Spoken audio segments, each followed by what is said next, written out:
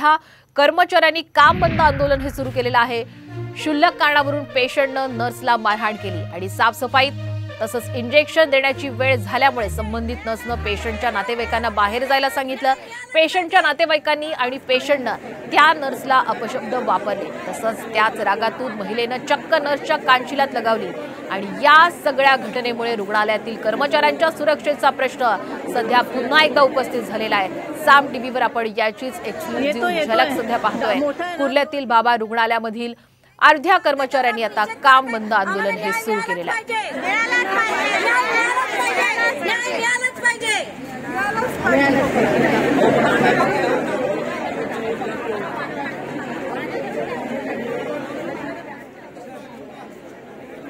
बरेच नातेवाईकांना बोलवून आणलं। तिचे आई वडील आले, तिचे आई वडील मला अपशब्द बोलू लागले, ती सुद्धा अपशब्द बोलू लागली, शिवीगाळ केली आणि त्याच्यानंतर मी त्यांना म्हणजे काहीच बोलले नाही, कारण की मी ऑन ड्युटी आहे। त्याच्यानंतर पेशंटचा भाऊ आला, त्याने मला फोर्स केला की तुम्ही तिला सॉरी बोला, तरी मी त्यांना काहीच बोलले नाही। त्यानंतर थोड्या वेळाने पेशंट आली आणि पेशंटने मला कानाखाली मारली।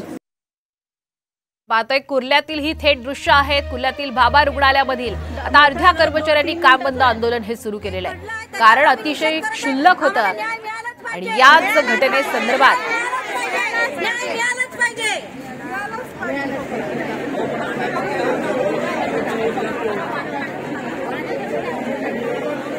घडलं आहे त्याच्यावर आम्ही निषेध करत आहे। आम्हाला न्याय मिळालाच पाहिजे, मिळालाच पाहिजे, न्याय मिळालाच पाहिजे। आणि याच घटनेसंदर्भात आपण अधिकचे अपडेट घेऊयात आमचे प्रतिनिधी मयूर राणे यांच्याकडनं। मयूर, आपण पाहतोय कुर्ल्यातील बाबा रुग्णालयातील ही दृश्य आहेत।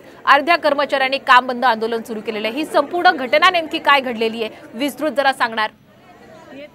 नक्की श्वेता, कुर्ल्यामधील बाबा हॉस्पिटलमधली घटना आहे। काल रात्रीच्या सुमारास परिचारिका जेव्हा रुग्णालयाला इंजेक्शन द्यायला आली तेव्हाची घटना आहे। तेव्हा तिथे परिचारिकेचे काही फॅमिली वर्ग बसले होते, त्यांना सांगण्यात आलं होतं की